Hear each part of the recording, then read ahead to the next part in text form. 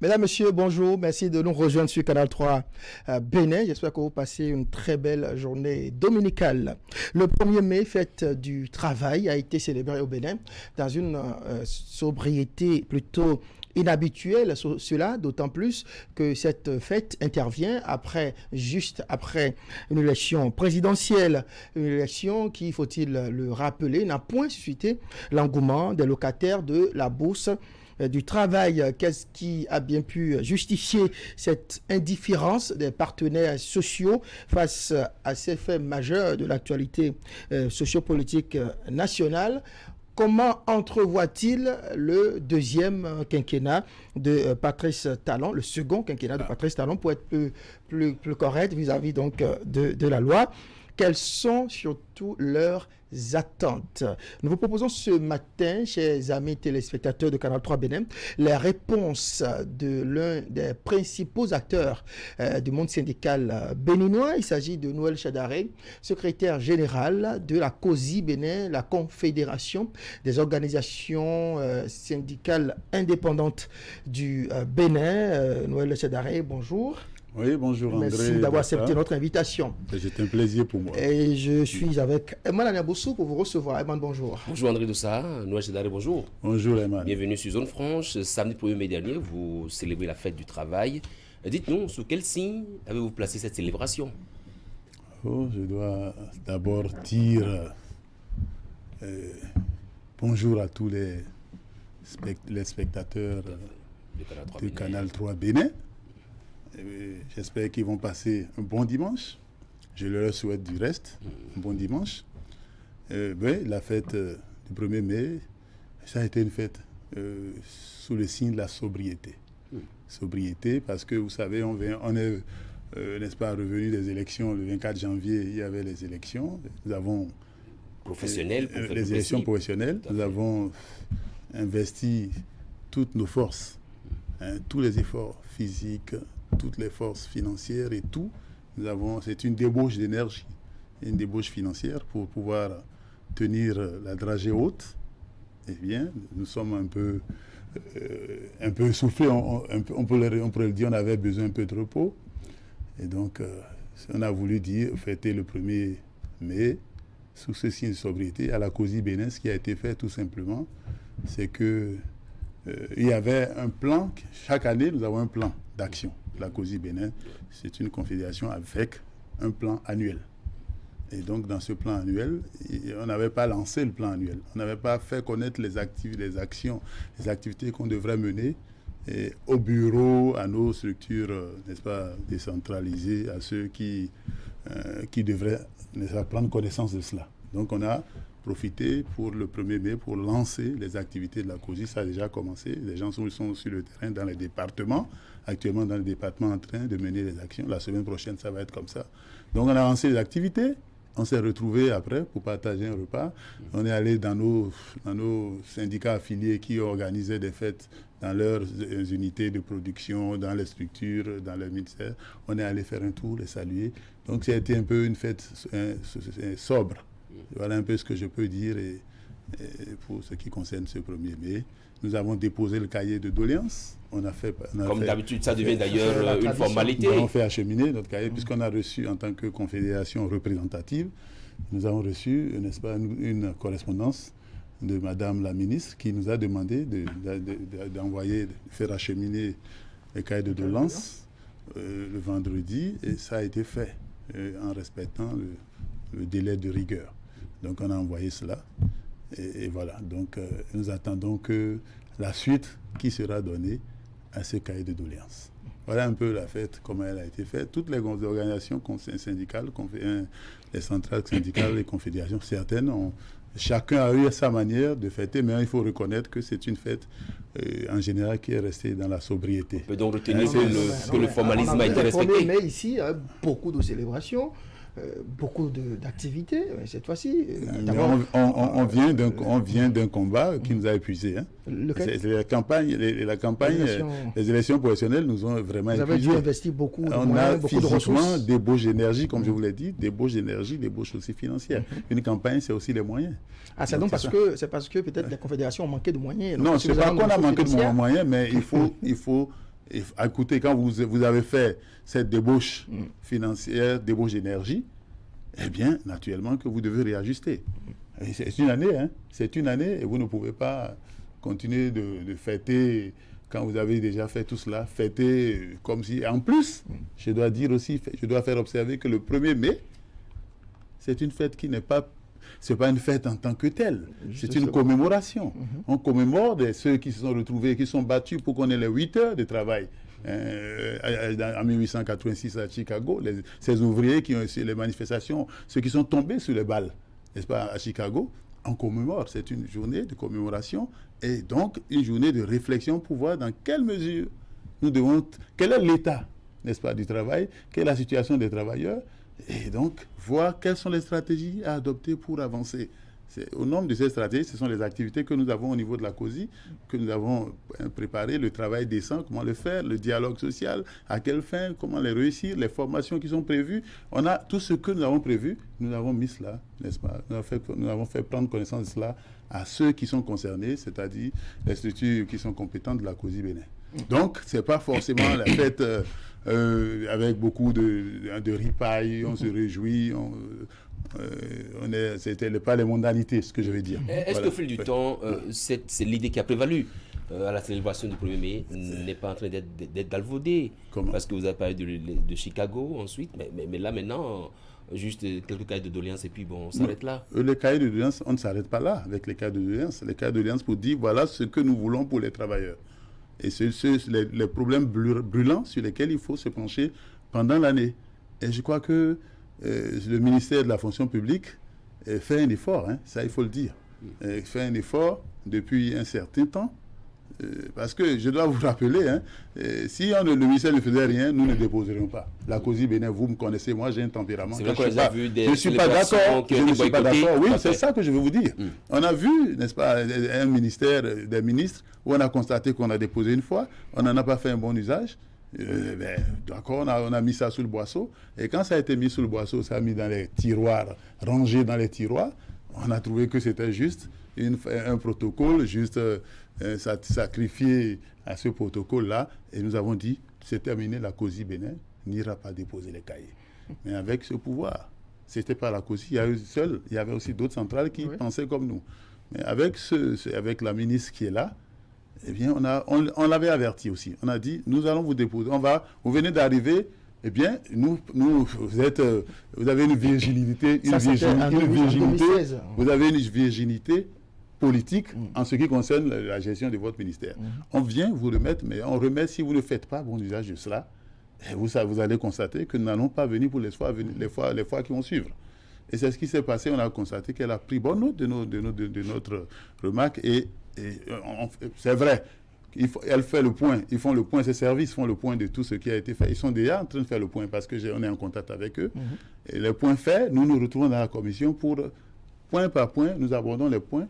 C'est vrai qu'on n'a pas les réponses à tous les points de j'imagine que mais on en débat quand même. On en débat les cahiers de et les solutions sont trouvées. Que vous déposez, les cahiers de revendication que vous déposez, c'est sans doute les mêmes points, les mêmes préoccupations contenues dans le dialogue entre le gouvernement et les partenaires sociaux dans le cadre donc, du dialogue social. Pourquoi alors chaque fois déposer ces fameux cahiers, ce folklore, est-ce que ça, finalement, ça ne vous fatigue pas vous-même? Mais les revendications finiront quand il n'y aura plus d'hommes sur la terre. S'il y a plus de travailleurs... Est-ce qu'il faut déjà l'objet de discussion avec vous et le gouvernement dans le cadre du... Non.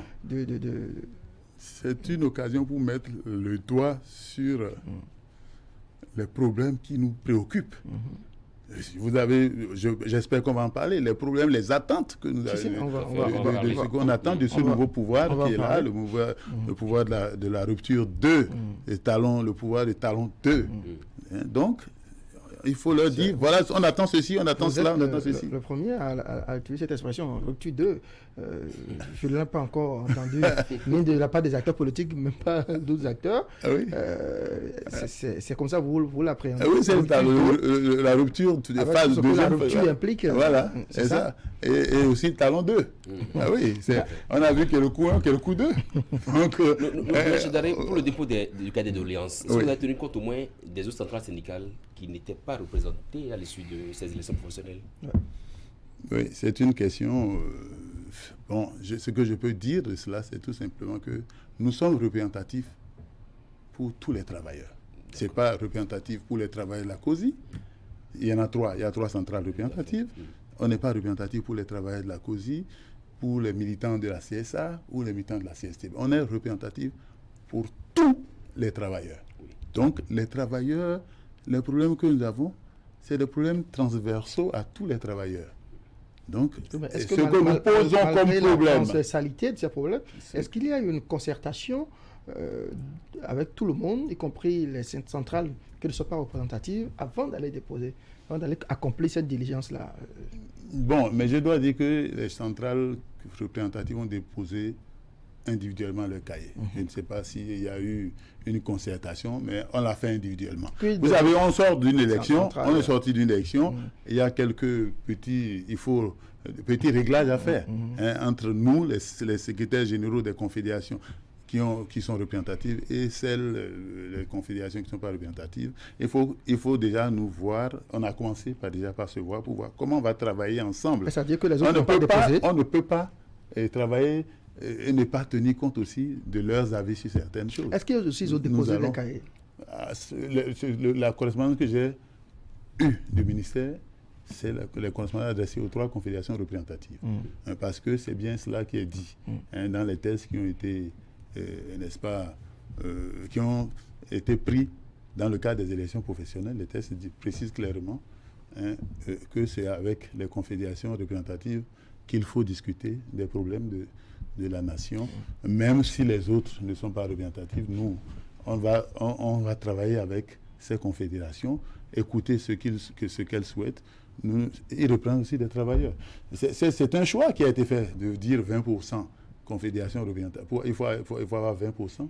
C'est même, je crois que dans un pays, je ne sais pas, peut-être pas, je parle avec quelques réserves, mais ce que je sais, c'est que 20%, c'est le Bénin qui a mis la barre à ce niveau. C'est trop élevé. C'est trop élevé. Et quand vous prenez même les autres pays, c'est 10%, 15%, on était à 15% au Bénin. Mais donc, une confédération qui a même 10%, elle a quand même des gens avec elle. Donc, il est quand même important de discuter aussi, d'échanger, nous qui sommes considérés comme représentatives, centrales confédérations représentatives, d'échanger avec ces confédérations et de voir comment on peut prendre en compte aussi certaines doléances. On va mettre un mécanisme. Ça veut dire que ça n'a pas été fait pour le premier passé. Pour l'instant, on n'a pas eu ça, je dois dire. Oui. On n'a pas eu ça. Je dois dire les choses comme elles sont. On n'a pas eu cet échange, mais on sort à peine d'une élection. Il y a quelques réglages qu'il faut faire. Est-ce que finalement les élections professionnelles, Noël Chedari, n'ont pas brisé cette unité d'action syndicale-là qui, pendant longtemps, nous a montré que vous travaillez ensemble de concert avec les autres centrales syndicales, les confédérations? C'est peut-être une situation conjoncturelle. C'est juste les conséquences, mais elles sont conjoncturelles. On est obligé de travailler ensemble. Alors, on doit tenir compte d'elles. C'est vrai qu'elles ne sont pas les interlocuteurs en matière de dialogue, de négociation avec le pouvoir, mais nous, on est dans un groupe de 6 centrales syndicales. Et donc, nous allons continuer quand même de travailler avec elle. Je dois donner un exemple de la confédération qui est la mienne, la COSI Bénin. Elle a des activités. Je vous ai dit que j'ai lancé des activités le 1er mai, mais nous avons commencé les activités et le vendredi, la veille. Même si j'ai anticipé, mais les autres confédérations, ensemble, leurs responsables ont été appelés pour cette activité que la COSI a le lead, pour laquelle est-ce qu'ils ont répondu la COSI, oui, naturellement, qu'ils sont là. Et nous avons quelle a été l'ambiance? Non, il n'y a pas de problème. Il n'y a pas de problème. Et nous avons d'autres activités à laquelle, n'est-ce pas, ces activités, ils participeront. Et donc, c'est pas la fin du monde. On n'est pas représentatif. D'autres sont représentatifs, d'autres ne le sont pas. C'est pas la fin du monde. Demain, peut-être les choses pourraient changer. Ceux qui se le sont. Moi, ma confédération n'était pas représentative. n'est-ce pas? Elle avait, en 2006, où on a fait les élections, c'était 15% le taux de représentativité. La COSI avait 11,83, quelque chose comme ça. On était à moins de 15%. Alors, donc, c'est pas la fin du monde, on ne va pas les traiter comme des pestiférés, on va travailler avec eux. On va évoluer dans notre entretien, Noël Chadaré. Nous sommes à la fin d'un quinquennat de Patrice Talon, quinquennat pour vous de lutte syndicale, lutte pour défendre les intérêts matériels et moraux des travailleurs. C'est une fin de mandat, c'est une occasion de bilan. Quand vous faites un peu le point de vos luttes sous la rupture, quel bilan faites-vous? Quels sont les sentiments qui sont les vôtres à la fin de ce premier quinquennat de Patrice Talon? Bon, je dois dire que je parle de réforme. Vous avez plus gagné? Vous avez des avancées? Les avancées sont-elles plus importantes que peut-être les déceptions, les insatisfactions? Oui. Je prends par exemple les réformes, parce que c'est le gouvernement réformateur. C'est ça un peu. C'est l'ADN de ce gouvernement, réformateur. Les réformes, oui. Oui, les réformes. Ben, ce que j'ai constaté, c'est que ce qui nous a déçus, nous, travailleurs, et on a eu l'occasion de dire à plusieurs reprises au chef de l'État, quand on s'est retrouvé au palais, c'est que les réformes sociales, celles qui nous concernent, nous travailleurs, on n'est pas associés à cela. Les réformes nous descendent, nous tombent comme ça sur la tête. Le chef d'État le dit souvent, mais si je vous associe, ça donne l'impression que, bon, on va dire, quand on va les faire, on va les prendre, les gens vont vous désavouer parce que vous n'avez pas été, vous avez cautionné et tout, on veut vous protéger. Mais je dis non, il faut nous associer. On a donc un peu déçu de ces réformes qui n'ont pas les réformes sur l'embauche, la loi sur l'embauche, les réformes sur la grève, le droit de grève, les réformes sur le statut général des agents les agents de la fonction publique, tous ces statuts qui ont mis des dispositions qui sont, il faut dire que pour éviter aussi les choses, le pouvoir n'a pas fait des projets de loi. Et donc, on est passé, la procédure la plus rapide, c'est les propositions de loi, c'est-à-dire ça vient des députés. Et donc, eux aussi, même là aussi, auraient pu quand même nous associer. On a fait la remarque à M. Vlavonou, au président Vlavonou, quand il s'est installé, les 6, c'est ce qu'on fait, pour dire, même quand vous voulez faire des réformes qui nous concernent, il faut qu'on en discute. On peut peut-être donner quelques pistes, des lueurs pour éclairer la lanterne. On est député, on n'est pas censé tout savoir. On est ministre, on doit prendre aussi l'avis des gens qui sont concernés par ces lois. Vous voulez faire quelque chose pour quelqu'un? Et ça, je souhaite pour le pouvoir, pour la deuxième mandature qui va commencer le 23 prochain, que effectivement, on tienne compte que ce soit même quand on veut faire des activités, on veut construire une maison quelque part, ou bien on veut faire une œuvre communautaire, une œuvre sociale quelque part, il faut écouter ceux qui sont concernés. Il faut les impliquer. Il faut qu'ils sentent qu'ils sont associés, qu'ils ont donné leur avis. Oui, ça fait partie de vos reproches. Oui, ça c'est le reproche fondamental que j'ai pour la gouvernance de Patrice Talon. Maintenant, en dehors de ça... Non, il y a des choses qui ont été... dans le dialogue avec les différents ministères sectoriels, on a quand même trouvé des satisfactions aux problèmes posés par les travailleurs. Tout n'a pas été mauvais. Il faut le reconnaître. Dire que tout a été mauvais, c'est faire preuve de mauvaise foi. Ça, c'est clair. Mais c'est cet aspect que je fais observer. On a fait du lobbying, on a fait du dialogue, on s'est retrouvé dans les conditions... dans la commission permanente des négociations gouvernement central, il y a eu des choses qui ont été quand même obtenues. Il y a eu des activités. On a fait, et les G6 dont vous parlez, quand on a parlé des 15 milliards en fin d'année où on a dit qu'il fallait donner, n'est-ce pas, pour payer les rappels, mais c'est à l'initiative de ces G6. On est allé rencontrer le ministre Ouadani. Il nous a écoutés, on a échangé, on a demandé de faire quelque chose. Dans ce sens, pour augmenter les salaires, payer les rappels, il nous a dit qu'il va nous revenir. Et après, on nous a appelés au palais pour nous annoncer. C'est cette pression, ce lobbying, quand même à payer. Seulement, il faut faire le point, parce que ça, je vais profiter aussi de votre tribune pour dire, on a donné 15 milliards pour payer les rappels, les actes pris avant 2016. Mais il y a beaucoup de gens qui sont concernés mais qui n'ont pas retrouvé leur compte. Ils disent on n'a pas été pris en charge, on n'est pas concerné. Donc il y a beaucoup de plaintes. Non, on attend que les commissions, on a déjà demandé qu'il faut faire le point de ceux-là, combien on avait effectivement payé, combien de gens restent. Il faut faire la lumière là-dessus. Ça fait même partie des revendications. Dans le cahier de doléances de la COSI Bénin, nous avons demandé qu'il faut faire la lumière sur cela, pour qu'on puisse savoir si effectivement les 15 milliards ont été épuisés, ont été utilisés pour apurer plutôt les arriérés, ou bien il en reste, parce qu'il y a plein de gens qui se plaignent. Et donc c'est une très bonne chose, mais il faut qu'on voit un peu. En dehors de peut-être ces travailleurs qui n'ont pas encore pu être satisfaits, est-ce que cette décision du gouvernement d'apurer les arriérés jusqu'à cette date-là, aujourd'hui on peut considérer, au regard de cette décision-là, que c'est fini, mais déjà on ne peut plus parler d'arriérés dus par le gouvernement? Non, à ce niveau, il y a des arriérés qui sont dus, parce qu'il y a des plaintes. Donc il y a des arriérés qui sont dus. Est-ce qu'il n'y a pas peut-être de confusion au niveau des personnes qui demandent, parce qu'il arrive des moments où quand j'écoute... Je constate aussi parfois que c'est peut-être ce qui vient après 2016. Mais quand c'est avant 2016, il y a aussi des cas comme ça. Donc il faut peut-être voir clair. Après 2016, il y a aussi des cas. Il y a des arriérés après 2016. Il y a on a fait 25% pour les enseignants au titre du 1er janvier 2016. De la fonction au titre du 1er janvier 2016.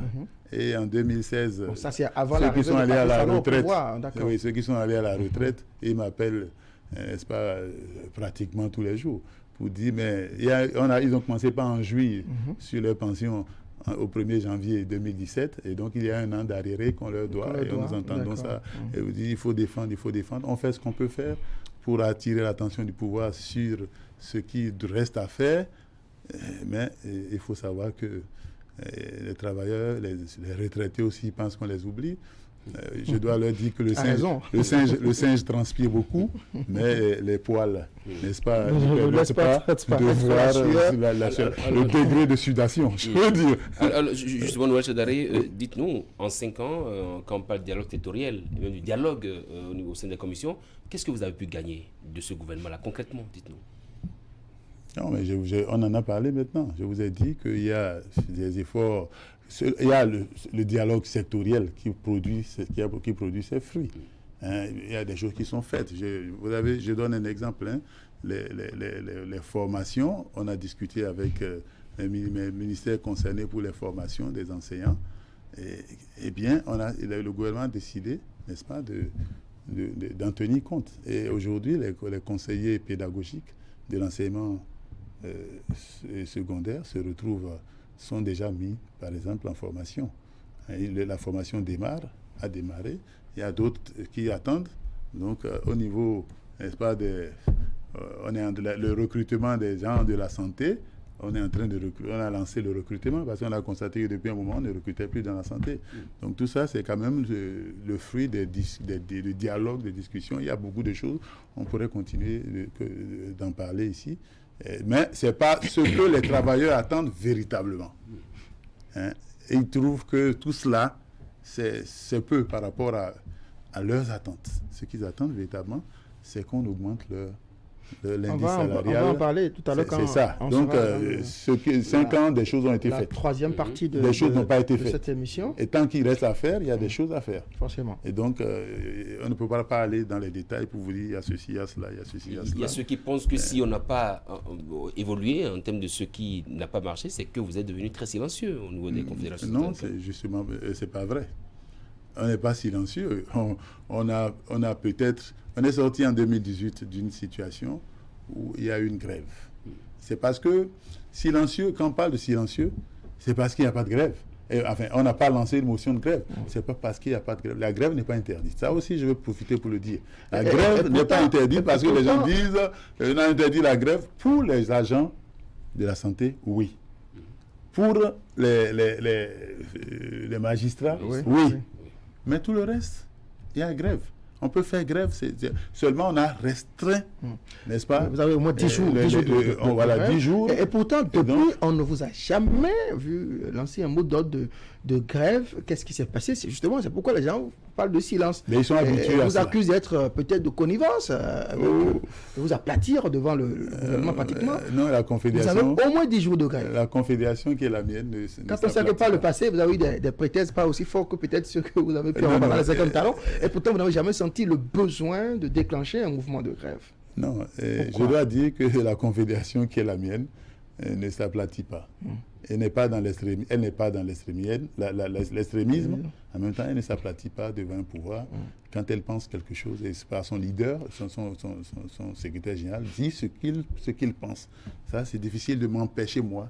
Quand je veux dire, je pense quelque chose de la c'est ma nature. C'est devenu carrément le mot d'ordre. Maintenant, ce que je peux dire par rapport au fait qu'on n'ait pas fait encore usage de la grève, pourquoi est-ce que vous êtes pressé?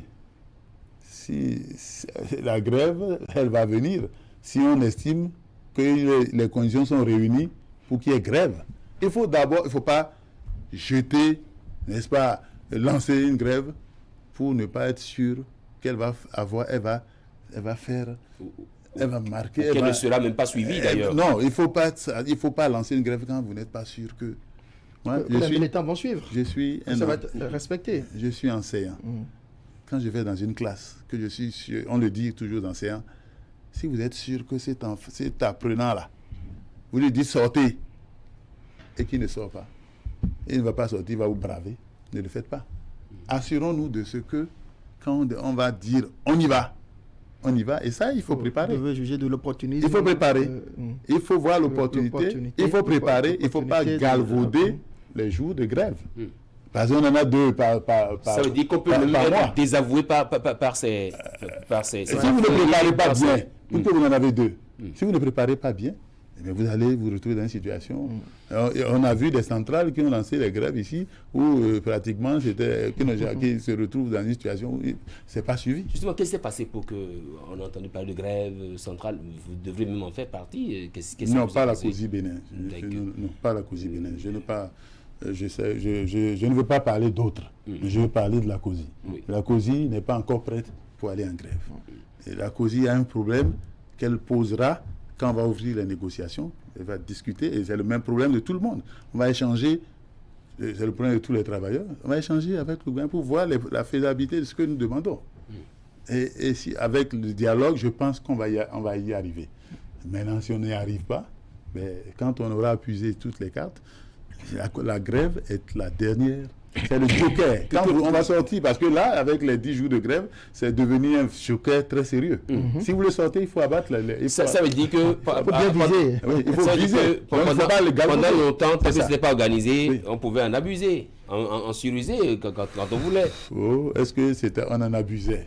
Parce que ça aussi, des grèves sans service minimum. Non, je ne sais pas, il n'y a pas de grève sans service. Non, je suis désolé, à Niamboussou. Non, je suis désolé. Quand on le dit, c'est pour salir les syndicats.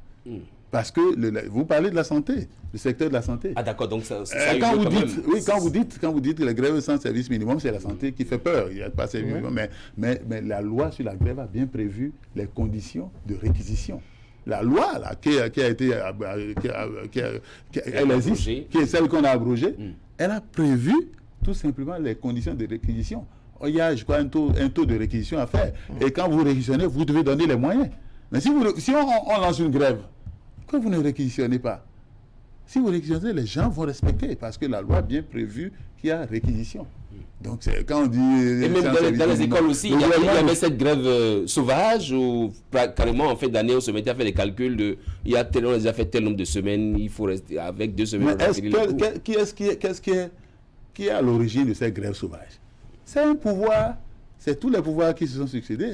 Quand un pouvoir est resté insensible. Vous pensez qu'on se lève comme ça pour dire, allez, grève? On envoie des avertissements. Nous voulons vous rencontrer pour tel problème.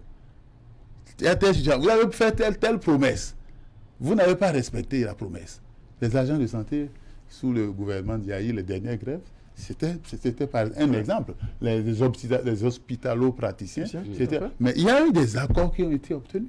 qui ont été pris, des accords qui ont été signés, des promesses qui ont été faites, des engagements pris. Et vous avez pris des engagements. Le moment venu, vous ne respectez pas. Mais si vous ne respectez pas, on vous relance, vous ne faites rien. Qu'est-ce qu'on peut faire? C'est ça qui explique les grèves. C'est pas que les travailleurs ne sont pas, c'est des patriotiques. C'est des patriotes, plus précisément. Les travailleurs sont des patriotes. Ils ont le comportement. Est-ce dit qu'avec les réformes, on assiste désormais à un nouveau type de syndicalisme? Non, c'est le type de syndicalisme. On a toujours continué, on a toujours fait ce syndicalisme. On fait les deux. On atteint le dialogue. Si on constate que le dialogue ne marche pas, on va utiliser la grève. Ça, c'est clair. Mais il ne faut pas recourir à cela à tout moment parce qu'on a restreint la liberté. On a restreint son usage. Si vous faites 2 jours de grève, vous tirez que vous ne réussissez pas. Il faut qu'il y ait une grève. Quand il y a une grève, il faut qu'elle soit vraiment véritablement suivie. Il ne faut pas gaspiller. En tout cas, il faut qu'elle soit opportune pour ne pas apparaître. Donc, ne vous inquiétez pas, la grève n'est pas supprimée. Et elle viendra si on estime que cela est nécessaire. En attendant, on va changer de sujet. Herman, je sais que vous appuyez beaucoup le SG sur la question de la grève. Oui. Alors, les périodes électorales, chez nous, souvent, sont tumultueuses, en tout cas très bien animées. Justement aussi parce que les syndicalistes s'impliquent, s'engagent, s'investissent dans ces actualités-là. Mais cette année, on a vécu une particularité, c'est que vous êtes resté plutôt indifférent, silencieux face à l'actualité électorale. On a voté, on a allé à l'élection présidentielle, on ne vous a pas entendu du tout, la bourse du travail est restée muette. Peut-être que vous n'avez pas voulu entendre, c'est pas vrai. On ne vous a pas suivi. En tout cas, on vous a vu par le passé, on a vu les acteurs sociaux par le passé s'impliquer directement, des associations, des collectifs avec des partis politiques pour défendre telle cause, etc. Mais cette année, qu'est-ce qui n'a pas marché? Qu'est-ce qui s'est passé? Non, c'est pas le passé aussi pour soutenir des associations. Ce que je peux vous dire, c'est qu'on n'est pas resté... On a pu voir des associations de syndicats politiques pour... non, le syndicaliste est aussi un militant. Le syndicaliste est un citoyen. Il est un citoyen et à ce titre, il peut s'investir dans le champ, sur le champ politique. Ça, on ne peut pas le lui empêcher. Les organisations qui sont les nôtres sont des organisations, à l'exception d'une, n'est-ce pas? C'est des organisations qui ne sont pas apparentées partis politiques. Donc, ils ont obligation de tenir compte d'une certaine réalité. À la COSI Bénin, j'ai une diversité de sensibilités. Tout à fait. Les sensibilités sont là. Il y a des gens qui sont pour X candidats, Y candidats, qui sont de tel parti ou tel parti. On se retrouve là tout simplement parce qu'il faut défendre les intérêts des travailleurs. À partir du moment où nous sommes là pour défendre les intérêts des travailleurs, je reprends, à partir du moment où on est là pour défendre les intérêts des travailleurs, quand il y a une n'est-ce pas, campagne politique, s'il y a des problèmes sur le plan politique, mais il faut réfléchir par cette fois avant de prendre une position. Ah oui, parce que vous risquez de vous mettre à dos des gens qui sont dans de tel bord ou de tel bord, de tel bord. La Confédération des organisations syndicales indépendantes, on le dit. Donc, même si les gens vont en politique. Et puis, je dois vous dire qu'on n'est pas resté insensible aussi. On n'est pas resté sans rien dire. Vu qu'il y avait des problèmes, c'est la période préélectorale. Il y a eu des situations qui viraient presque au rouge. Notre pays était dans une situation où il y avait par-ci, par-là, des tirs, surtout dans une région centre et aussi... Il y a eu des actes de violence. Des actes de violence et tout, mais on n'est pas resté sans dire ce que nous pensons. Nous avons toutes les centrales. Je parle de ce que je sais. La COSI a fait une déclaration. Vous êtes tenté de communiquer plus tôt. Non, on a fait une déclaration. On a fait une déclaration. La CSA aussi, a affirmé sa position. La CSTB aussi. Et puis les centrales qui se sont retrouvées, il y a des centrales qui sont retrouvées ensemble pour une situation conjoncturelle, ont aussi fait leur déclaration et attiré l'attention du pouvoir et aussi des hommes politiques. Parce que ce qui nous arrive, c'est les hommes politiques. Ce n'est pas les centrales. C'est eux qui sont responsables de cette situation. C'est eux qui ont cuisiné. Ils ont fait leur cuisine. Comme on le dit, c'est eux qui ont fait la potion, et qui ont trouvé... Et donc, ils nous ont mis dans une situation. est pas du tout agréable pour les citoyens béninois que nous sommes. Donc, nous avons donné notre point de vue là-dessus. Et on observait. On observe pour voir là où on va. Parce que si le travailleur, à un moment donné, on constate que le travailleur se retrouve dans une situation délicate, nous, on défend les travailleurs. Eh bien, nous allons prendre. Si ça continuait, s'il y avait une situation qui faisait de telle sorte que les travailleurs étaient dans une situation où ils ne peuvent pas aller au boulot, mais nous allons analyser la situation. Est-ce qu'à un moment donné, on n'a pas resté silencieux, je dois vous dire. On a chacun des centrales à réagir. Mais vous voulez nous voir aller nous mêler dans la mêlée confuse. On ne peut pas être dans cette mêlée. On est confédération syndicale, on n'est pas parti politique. Est-ce qu'à un moment donné, vous avez des craintes quand vous suivez un peu la situation? Oui, naturellement. Mais quel Béninois, on avait la sueur dans le dos. On avait peur. Parce que c'est quand on a les informations, les nouvelles qui venaient de la région, n'est-ce pas, le pays Nago, plus précisément, on avait peur. Parce qu'on se dit, mais qu'est-ce qui se passe? Est-ce qu'on ne peut pas trouver d'autres formules? Est-ce que c'est la solution? La violence règle les problèmes? Nos politiciens, voilà dans quelle situation ils nous ont mis. Et quand vous voyez tout cela, moi je dois dire une chose, il faut qu'on réfléchisse. C'est vrai, aujourd'hui, il y a des enquêtes qui se poursuivent et tout, par-ci, par-là. Il faut qu'on trouve la vraie panacée parce que en 2000, les élections législatives dernières, il y avait eu problème. Vous vous rappelez ce qui s'est passé, n'est-ce pas, à Kadiaoun? Tout à fait. Et aussi ce qui s'est passé maintenant dans la région Nago. C'était aussi aux élections législatives, c'était la même chose. C'est un bis repetita. Et donc, la même chose aussi, si vous remontez un peu dans l'histoire de notre pays, en 1991, on a eu aussi la même situation. À Parakou et tout ça, ça s'est passé vraiment, et c'était pas facile. Donc, ça signifie qu'il y a un problème. Il y a un problème que les Béninois, tous les Béninois doivent, sur ce problème, on doit se pencher là-dessus. Comment faire pour que, désormais, on ait des élections où on se sente en fête? C'est une occasion festive où celui qui gagne félicite celui qui a perdu et qu'il n'y ait pas de heurts. On détruit les édifices publics. Non, c'était inquiétant pour nous. Donc, moi, je dis qu'il faut réfléchir là-dessus. Je pense qu'il faut, nous aspirons, nous sommes un État, nous ne sommes pas encore une nation. On aspire à devenir une nation. Et parce qu'on aspire à devenir une nation, il faut travailler à éviter ce qui s'est passé là. Ce qui se passe de façon répétitive, on constate qu'il y a une partie du pays qui réagit par rapport aux élections, qui n'est pas d'accord. Est-ce que, quand j'ai réfléchi un peu, j'ai dit, est-ce qu'à côté de nous, il y a quand même un exemple, il y a le Nigeria. Est-ce que nous ne pouvons pas faire un peu comme le Nigeria? Est-ce que nous ne pouvons pas constitutionnaliser, n'est-ce pas, la rotation, n'est-ce pas, de l'exercice du pouvoir présidentiel dans notre pays? Mettre ça dans la Constitution. C'est peut-être une approche peut-être naïve pour quelqu'un qui n'est pas un politicien, que je suis, pour voir que... Oui, mais on a deux régions. On a le nord, on a le sud.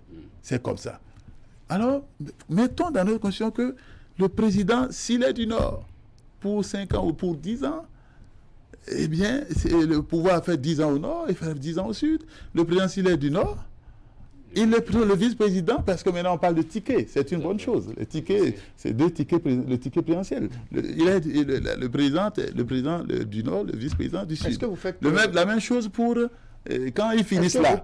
Ça signifie tout simplement, laissez-moi aller jusqu'au bout. Ça signifie que dans cette période-là, si on dit que le président doit être du Nord, il n'y a que des candidats du Nord, des tickets du Nord, où on a des tickets plutôt où on a un candidat du Nord.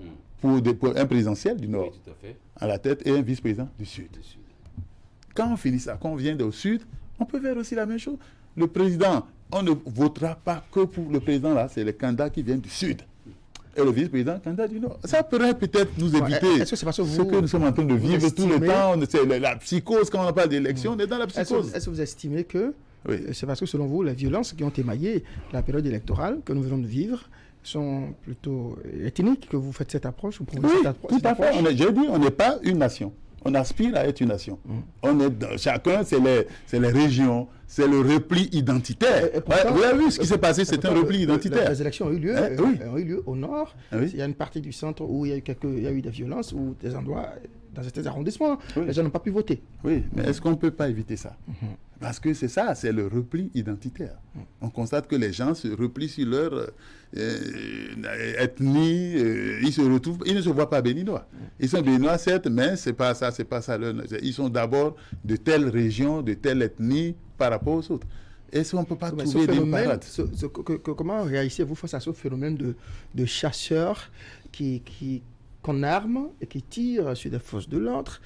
Les chasseurs, c'est parfois des confréries communes à plusieurs régions du pays, même dans la partie méridionale de notre pays, on en trouve. Il n'y a pas de chasseurs de la partie méridionale dans ce combat. Période donnée, notamment la période électorale, il y a justement dans cette partie du pays cette catégorie qui prennent le fusil et essayent donc d'affronter les forces de l'ordre. Bon, c'est une forme d'expression du mécontentement, même si on peut déplorer cette façon d'exprimer leur mécontentement. Parce que le pays, nous n'en avons pas deux. Des chasseurs manipulés ou c'est des chasseurs qui expriment leur propre mécontentement? Qui sont il y a des enquêtes qui sont en train d'être faites. On pourrait, n'est-ce pas, aller sur la piste. Il est probable qu'ils soient manipulés. Les enquêtes vont démontrer que s'ils sont manipulés ou ne sont pas manipulés, ou bien c'est une expression vraiment de leur mécontentement. Mais je dois dire que depuis 1991, on a vu cela. On a vu cela aux élections législatives dernières. On a vu cela aux élections présidentielles aussi, et ces élections présidentielles. Et quelque part, nous, il faut condamner ces pratiques qui sont... Parce qu'on peut lutter autrement. Il y a d'autres formes. Si on n'est pas content de ce qui se passe, on peut revendiquer, on peut réclamer cela autrement. Parce que ce qu'on a détruit là, c'est les pertes pour notre pays. Les vies en perte humaine. Les pertes en vie. Excusez-moi, je vais y arriver. Les pertes en vie humaine, n'est-ce pas? C'est des Béninois. Et donc, est-ce qu'on ne peut pas nous épargner ça? Est-ce que c'est la meilleure manière de régler un problème? On peut trouver d'autres formules pour régler. Moi, j'ai entendu dans un pays où les gens sont allés jusqu'à on parle de désobéissance, n'est-ce pas, civile. Par exemple, les politiciens devraient revoir un peu. Si c'est eux qui sont à l'origine, et je crois que chaque fois ça se répète. Les peuples du Nord, c'est des peuples pacifiques. Moi, j'ai passé tout mon temps au Nord. Je suis heureux quand je suis à Parakou. Je suis heureux quand je suis à Kandi. Je me sens bien dans ma chair. Alors que je suis de Ouida. Je suis de Dassa, mais aussi maternellement. Mais je me sens bien là-bas. Mais quand c'est la période électorale, eh bien, il y a tout de suite, vous constatez que crispation, tension et tout. Il faut trouver la formule. Je pense que les solutions vraies, c'est peut-être ce que je propose, est une solution qui peut peut-être faire baisser le mercure politique. Et puis les hommes politiques doivent se parler pour faire baisser ce mercure politique. Parce que j'écoute, tout le monde continue encore prêt à l'affronter. Il faut désarmer les esprits et aller vers, n'est-ce pas, la paix. La paix des braves, c'est important. Voilà. Alors, les Béninois qui se sont rendus aux urnes ont élu, ont plébiscité le président Patrice Talon pour un second mandat de Noël Chadari. Comment vous appréciez justement cette réélection de Patrice Talon? Mais oui, je pensais qu'il y avait, comme on le dit, c'était attendu. En face. Vous l'aviez attendu aussi? Oui, en face du président. Les adversaires n'étaient pas des adversaires. Il faisait pas le poids? Oui, moi, mon ministre Bienba a pu faire ce qu'il peut faire. Et lui, il était carrément pour le il nous a fait beaucoup de promesses. Pour les FCBE, et puis l'autre ticket. Donc, quand on compare celui qui est au pouvoir, il a une large avance. Hein, et il y a des réalisations qui sont là, qui parlent pour lui. Même si on n'est pas d'accord, mais on peut, comme je l'ai dit, des réalisations qu'on aurait peut-être pu faire en mettant ensemble, en consultant les uns et les autres aussi, parce que tout le monde apprécie aujourd'hui quand on regarde, n'est-ce pas, les réalisations infrastructurelles sont là. Il y a beaucoup d'efforts qui ont été faits aussi. Donc, ils sont partis, ils ont un bilan, même si le bilan sur le plan social n'est pas bon, n'est pas vrai relativement il y a problème sur le plan social parce que nous, on attend des choses. Mais quand vous regardez ce qui a été fait, ils ont une longueur d'avance. C'est pour ça que quand vous avez des adversaires qui ne sont pas des adversaires, je ne les sous-estime pas, mais des adversaires qui sont sortis pratiquement, je ne voudrais pas dire du néant. Vous parliez d'attente. C'était évident que le pouvoir, le chef d'État devait gagner par... c'est un chaos. Vous parlez d'attente. Patrice Talon a justement réalisé un chaos au premier tour. Un chaos qui était programmé. Il va donc diriger, le gouverner pour les 5 prochaines années. Oui. Quelles sont les attentes des travailleurs? Donc, en fait, je disais qu'il n'y avait pas match, quoi. Quand vous regardez les adversaires, c'était prévu. Maintenant, les attentes des travailleurs, je peux vous dire que on a suivi le chef de l'État pendant toute sa campagne. Il a sillonné tout le Bénin avec sa colistière, qui est une enseignante aussi comme moi. Et donc, ils ont fait campagne sur le thème de développement. C'est maintenant. Ça y est. C'est bien ça, développement, oui, ça y est. Tout à fait. Donc, nous avons dit que c'est une bonne chose. Et ils ont parlé du social. Et donc, on attend du président qu'il fasse des efforts, effectivement, pour les travailleurs. Le social, là, le développement, là, il faut que le travailleur soit pris en compte. Les œuvres communautaires et tout ça, on est d'accord, mais il faut que les travailleurs soient pris en compte. On attend, par exemple, nous avons broyé, on a mangé notre pain noir pendant 5 ans, si on peut dire comme ça. Oui, parce qu'on n'a pas eu d'augmentation de l'indice salarial, on n'a pas eu 1 franc, il a été augmenté. On a la même chose aussi, le SMIC et tout ça. Est-ce que dans les rencontres que vous avez eues avec le président, il a eu à vous promettre, peut-être à parler d'échéance, est-ce que vous avez senti qu'il pourrait peut-être augmenter les salaires? Bon, il a privilégié les rappels, encore qu'il y a beaucoup de rappels qui ne sont pas payés. Privilégié, apurer les rappels, mais nous lui avons toujours dit qu'il faut augmenter les salaires, l'indice salarial, le SMIC. On ne peut pas vivre à Cotonou avec 40 000 francs. Vivre dans le Bénin même avec 40 000 francs, c'est plus possible. Quand vous regardez les réalités qui sont en face du travailleur, quand il y a une précarité économique et précarité du travail. Et on veut qu'on sorte de la précarité économique et de la précarité du travail. Précarité économique, vous prenez les salaires, mais vous avez à peine 3 ou 4 jours, vous les prenez, c'est terminé, ça se volatilise dans les dépenses que vous faites. Les factures de la SBE, vous connaissez aujourd'hui, ça, je ne vous apprends rien. Elles ont connu une augmentation inquiétante. Vous prenez l'essence à la pompe, c'est cher. Vous allez, les denrées de première nécessité, les vivres de première nécessité, c'est aussi cher. Tout est devenu cher et les taxes par ici, par là. Les travailleurs vivent un peu, ils ne vivent pas bien.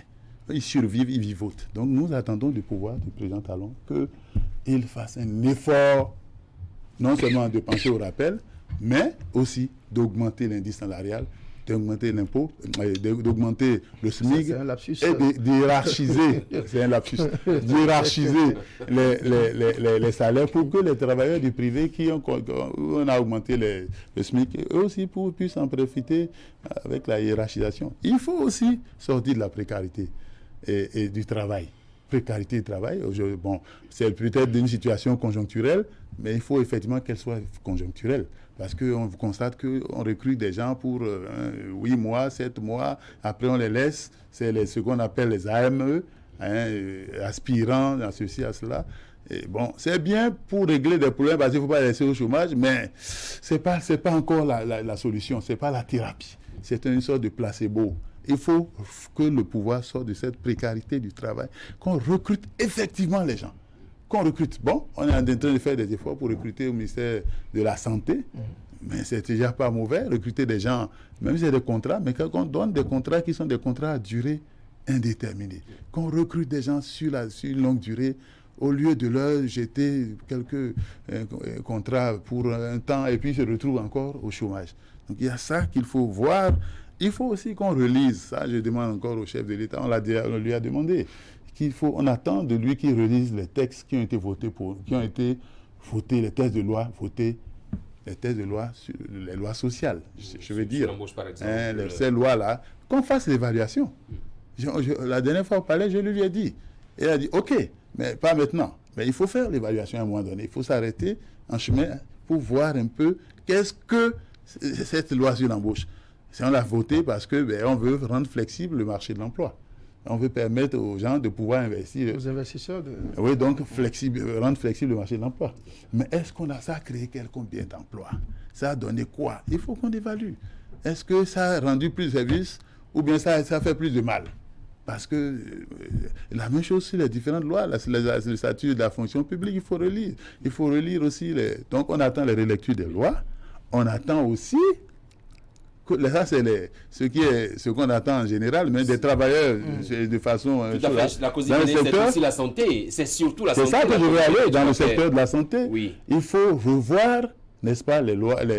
Il faut les disparités, corriger les disparités, n'est-ce pas, les disparités catégorielles des agents contractuels, n'est-ce pas, de l'État, c'est les infirmiers, infirmières et tout. Mais le processus le hockey a été déjà donné en Conseil des ministres. Il faut acter le processus. Et il faut féliciter aussi le ministère de la fonction publique, parce que je demande, mais je dois dire aussi, le ministère j'ai les informations le vendredi dernier, parce qu'on est dimanche maintenant, j'ai eu les informations que nos différentes rencontres, c'est ça aussi le dialogue, pour que les collègues qui sont les ACE de 2016 et les ACE qui n'ont pas encore signé les contrats à durée indéterminée, parce qu'ils étaient depuis février en stand-by, ils devaient signer le statut, le contrat à durée indéterminée.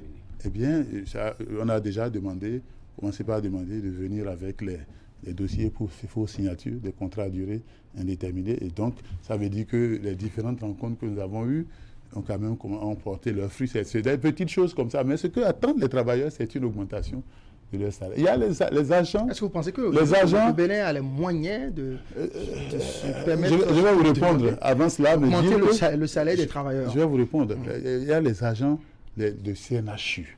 Les CNHU, cet hôpital de référence, qui fait un travail que tout le monde apprécie.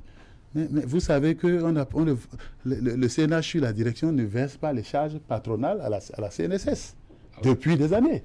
Vous avez crié maintenant. Ils ne versent pas. Et ils disent qu'ils n'ont pas les moyens parce qu'on a réduit la subvention du CNHU. On n'a pas versé, on ne paye pas ce qu'on doit au CNHU parce que les prestations du CNHU sont dues. Lui sont dus par l'État. Et donc, ils connaissent des difficultés pour payer pour verser la charge patronale. Donc, il faut régulariser cette situation. C'est un problème, moi, qui me préoccupe. Je l'ai posé. Et ils ont des primes aussi qui sont en retard. Et il faut ils ont commencé, il y a un début, mais pour les primes, mais ce n'est pas encore... Pour des gens qui sont appelés à soigner. Oui, ils travaillent c'est comme si des gens qui travaillent au noir. Parce qu'on ne verse pas les charges patronales. On les a déclarées, certes, mais il faut verser les charges patronales. Donc ça, c'est important. Et il faut aussi que nos agents, les travailleurs qui sont au niveau... Il y a des travailleurs qui sont ACE, qui ont été... Maintenant, ils étaient à la CNSS et ils ont été ramenés au Fonds national FNRB, de retraite du Bénin. Mais il faut régler les problèmes que ça crée. Il faut régulariser parce qu'ils sont dans une situation où... C'est un peu difficile pour eux, donc on a de gros challenges. Mais finalement, ça veut dire que les travailleurs attendent beaucoup de Patrice Talon 2. On attend beaucoup. Et vous l'avez dit tout à l'heure, camarade, pas le camarade. Camarade de ça. Monsieur Dossa plutôt, excusez-moi, c'est un lapsus. C'est pas grave, c'est normal. Donc, est-ce que le pouvoir a les moyens de faire face, d'augmenter les salaires? Moi, je peux dire oui. Je dis oui parce que, mais écoutez, nous avons le ministre des Finances. Il fait du bon job. Voilà, si ce n'était pas le Covid, on aurait des taux de croissance de 7 ou 8%. Maintenant, un taux de croissance qui est à 3 et quelques %, c'est ce qui est prévu. 3,5, je crois bien, si je ne me trompe pas. Des efforts sont faits pour apurer les finances et tout. Et on a vu cette capacité de résilience de notre économie par rapport à la fermeture de la frontière du Nigeria et aussi par rapport... Ce sont des éléments qui vous rassurent et qui vous montrent qu'il y a du travail, du bon travail qui est fait. Parce que, alors, du coup, l'État... La croissance doit être inclusive. Elle n'est pas une croissance, il y a une croissance, une taux de croissance qu'on apprécie, on applaudit, on a les prestations, les prouesses de notre ministère des Finances, mais il faut penser à nous. Il faut que ça réjaillisse. Le Finalement, développement doit aller atterrir aussi dans les poches. Finalement, Noël Chadaré, Ah oui. il faut penser qu'à vous. Non, pensez, mais si les travailleurs... Il faut penser tirer le drap de votre... Non, les travailleurs, vous êtes un travailleur. Les Si travailleurs, on augmente le SMIC, vous êtes concerné. Quel pourcentage de la population béninoise? Si on augmente le SMIC, vous êtes concerné. Oui, C'est vrai, parce que si on hiérarchise les salaires, vous êtes concerné. Vous êtes concerné. Oui, Vous allez acheter beaucoup plus au marché. La grande Vous majorité... allez acheter, et la consommation. La grande majorité des Béninois, ils sont plutôt agriculteurs, dans l'informel. Je n'ai pas fini comme revendication ce que j'attends du président Talon. Je n'ai pas fini. On ne peut pas les prendre en compte. Oui. Je n'ai pas fini. Je dois dire aussi que l'Arche, pour l'Arche qui a démarré, c'est une bonne chose. On attend du président Talon et de son gouvernement d'accélérer. Parce qu'on est en phase expérimentale. Il faut généraliser l'Arche. C'est ça le social aussi. Et nous l'attendons. Pour que les gens qui sont dans l'informel, qui n'ont pas... Il y a 4 paquets de services. Si on peut en faire au moins 2 sur les 4, il faut la santé et sécurité au travail et tout ça. Et la santé, n'est-ce pas, la sécurité sociale, la sécurité, n'est-ce pas, ils peuvent pouvoir être pris en charge quand ils sont malades, si on peut faire ça. C'est des choses, l'accès aussi au financement, il faut aussi l'avoir, si on peut faire déjà certaines choses dans ce sens-là. Donc il faut généraliser l'âge. Nous attendons de président Talon. Dans la première déclaration du président réélu, on a plutôt entendu qu'il est focus sur l'accès à l'eau potable. Il pense que d'ici 2 ans, il faut que tous les Béninois aient accès à l'eau potable. L'énergie électrique, il pense qu'il faut que nous devenions rapidement autonomes, en tout cas sous 2-3 ans. Et on ne l'a pas encore entendu évoquer des préoccupations que vous venez d'exprimer dans vos attentes. Alors, ça veut dire que pour le moment, il n'a pas encore le temps de vous écouter. Il a d'autres priorités. Non, c'était une priorité déjà au premier mandat. Oui.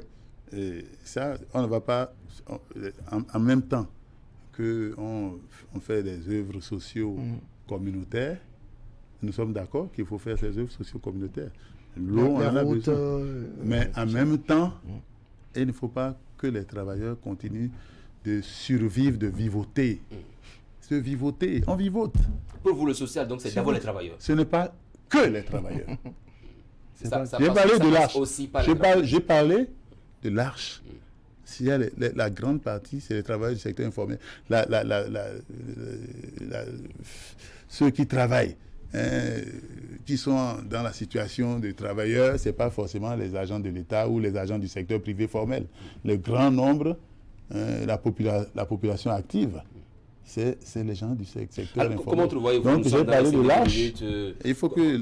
Comment trouvez-vous la collaboration entre vos partenaires sociaux et le gouvernement à partir du 23 mai prochain? Non, il y a des cadres pour discuter des problèmes des travailleurs, que ces cadres-là fonctionnent effectivement. Est-ce que ça a été déjà le cas? Ça fonctionne, mais il ne faut pas que c'est quand il y a des problèmes, spécialement, qu'on mette en branle le fonctionnement de ces cadres. Il faut que ces cadres-là, il y a des tests qui les régissent, il faut respecter les tests et que ça fonctionne. Le dialogue, c'est l'instrument privilégié de la bonne gouvernance. Si on a le dialogue, on n'a pas besoin de faire des lois pour dire grève, c'est 10 jours de grève et tout. Si on a la possibilité de dialoguer sincèrement, qu'en face on a le répondant, qu'on échange, qu'on ne vient pas en chaîne de faïence, on se retrouve à la table de négociation, on se regarde en chaîne de faïence, que chacun sait que c'est gagnant-gagnant les partis.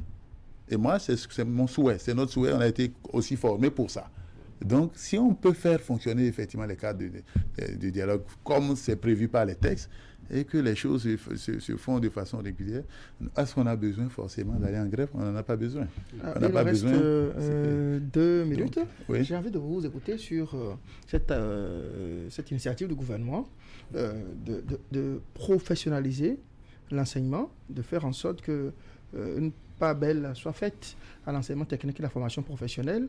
Et d'ailleurs, dans ce cadre, des enseignants ont été envoyés en formation.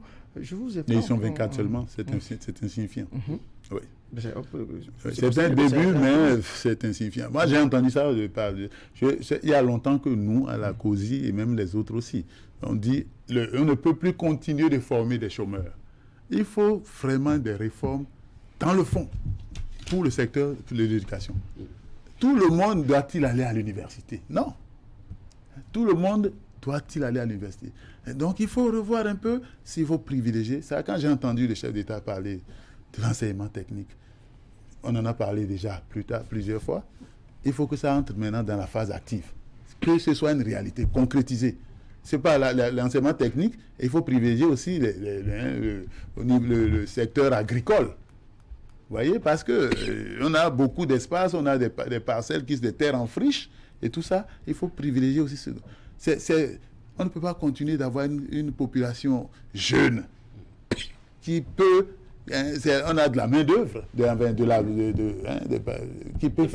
bras valides, et nous retrouver dans le sous-développement. Ouais. C'est parce qu'on n'a pas su choisir la direction à suivre. Et cette direction, elle est une bonne direction. Et je crois que si on peut faire cela, ce serait une bonne chose pour notre pays. Nos jeunes vont se mettre au travail et nous allons arrêter de former des chômeurs. Oui. Des chômeurs qui sortent des facultés, des trucs, et qui finalement ne servent à rien.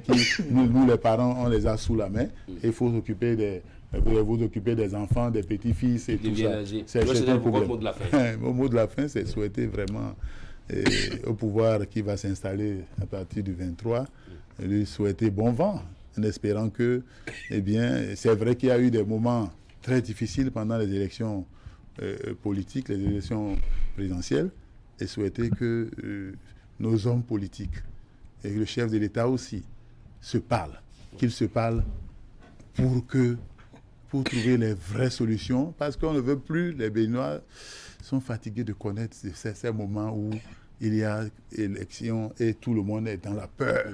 Les gens même ne sont pas sortis pour aller voter parce qu'ils ont peur peut-être qu'ils seraient menacés et tout. Donc il faut se parler tous ensemble pour, n'est-ce pas, trouver les solutions idoines et que la paix revienne. Il faut désarmer les esprits de part et d'autre et se parler, trouver les vraies solutions. C'est un peu cela c'est un mot que je lance. Et je demande aux travailleurs aussi d'être prêts. C'est d'être prêts. Nous allons continuer de demander ce qu'il faut pour améliorer leurs conditions de vie et de travail. Et maintenant, nous espérons que le pouvoir va avoir une oreille attentive pour nous et que la grève n'est pas interdite. Oui, parce que les gens pensent qu'on n'a pas de grève. On n'est pas résigné à rester sans faire grève. On souhaite ne pas user de cette arme. On souhaite ne pas en faire usage de cette arme et on espère que le pouvoir fera tout pour qu'on n'use pas de cette arme parce que ce qu'on aura demandé, on espère qu'ils vont nous regarder. On ne veut pas la barbe, demander à Dieu sa barbe. Mais on veut que les travailleurs se sentent mieux.